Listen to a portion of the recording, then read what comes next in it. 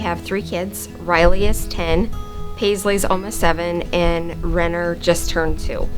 And we just got a puppy. Brian and I did not plan on any more children. But Paisley one morning came and told me that she had prayed for a brother or sister. And, I just kind of laughed it off, like, yeah, that's not going to happen. But a week later is when we found out we were pregnant. So we were surprised, but we were excited at the same time. They didn't really know there was something going on, but they were just excited to have another sibling. Yeah, I was like, yes, yes, yes. Because I'm like, I don't want to have another sister. Well, I went with Karen to the first ultrasound to see even if it's a boy or a girl, if there's something, And the first one, they already said there could be something. At 22 weeks, they started noticing some indicators that could lead towards Down syndrome. But the doctor said, really, we don't know. But he wanted to do a follow-up ultrasound. But on the first one, he kind of already said there could be something wrong. And then we were followed closely every couple of weeks with more ultrasounds, and each time there was something more. I remember we walked out of Sanford, and Karen was kind of teary-eyed and crying, and I just told her, keep your faith, and everything's going to be fine, And really, I guess that was a hope. They told us that he would likely be born stillborn. And at that time, we knew that he had what's called hydrops fetalis, where a baby swells in utero. And it was hard, but yet something inside just tells you to hold on to hope. And that's just kind of what pulls you through. I remember sitting up in my bedroom, and I could look out my window, and I would just envision the day that this baby boy would be out there playing with his brother and sister. Yeah, I had to put a positive spin on it every day, and just, even when he was really sick, every day I found something that made me smile. At 35 weeks, they had done an echocardiogram, which I thought would just be a routine appointment, but it showed that the baby's blood flow was reversed and that they needed to get him out now, or he would not have survived. And she called me and said, you gotta come now. They're doing an emergency C-section now. And I'm like, oh my God, I could remember goosebumps all over me. I just shut it down. I jumped out of my truck, I ran home and showered, and I got up to Sanford. So I'm like there, and I'm sitting behind this white curtain, and they're doing the procedure of the C-section, and it's like, is this really happening? And I'm like, I think I'm gonna faint. And all of a sudden, there's a nurse carrying Renner, like this little baby, and she's like, oh my God, he's just such a little teddy bear. There was just like a little murmur, or like for his first breath of life, I was like, this is crazy. And Brian just burst into tears, and we were just so overjoyed that we were going to meet him alive. I remember it clear as day. As we're going by towards a hall, there's a waiting room there, and 3 of Karen's friends are sitting in there, and I'm like proud as can be. I'm like, there's Renner, or there's the baby, because I don't still remember if we had him named at that time. I'm like, he's right there, and I'm like following these nurses and doctors towards this maze of halls.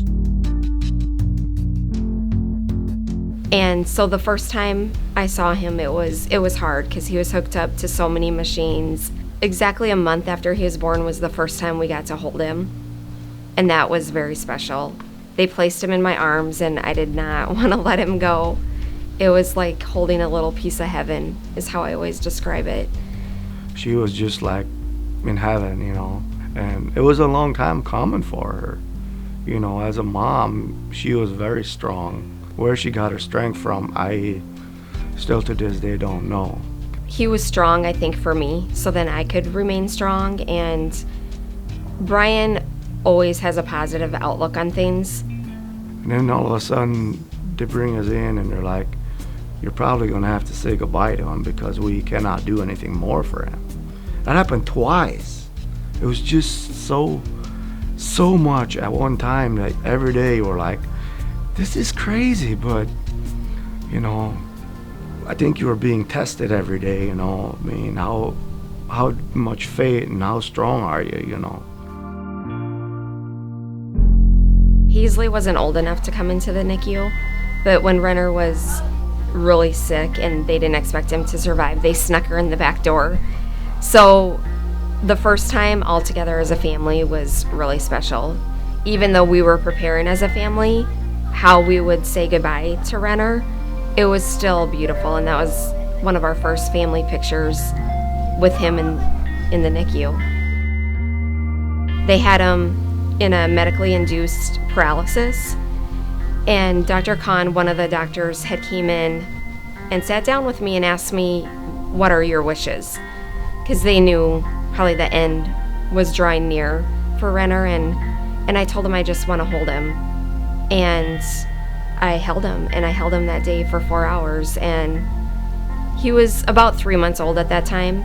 I don't know what it was, but after that day, tiny bits, he started gradually getting better.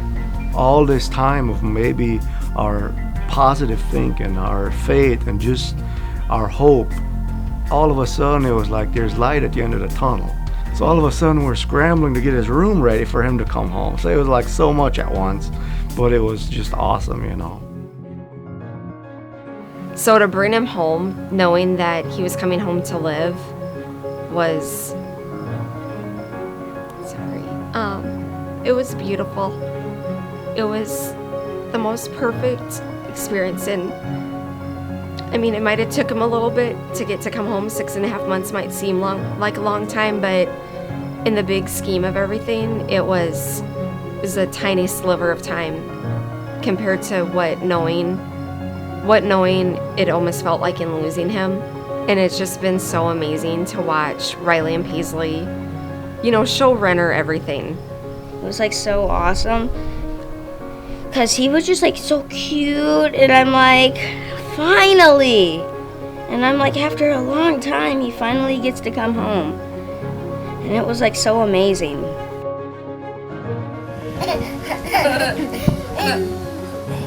Having Renner home is amazing. He is a happy-go-lucky little guy. He's very determined. It's gotten a lot easier the farther out we've came from leaving the NICU, just because we had so many doctor's appointments and now they're kind of spaced out a little bit more, but he loves life, and it is just, each and every day is such a blessing to watch him. Renner's doctors have said that he's not a medical miracle, he's a real miracle, because they have no understanding or explanation for why he survived. But as I've said before, in my heart, I know that it was a combination of the amazing medical team that Renner was blessed to have. I call them his earthbound angels. I've always said with every heartbeat is a heartbeat of gratitude. And there'll never be a way to thank the Sanford NICU and the Sanford Children's Hospital for what they did.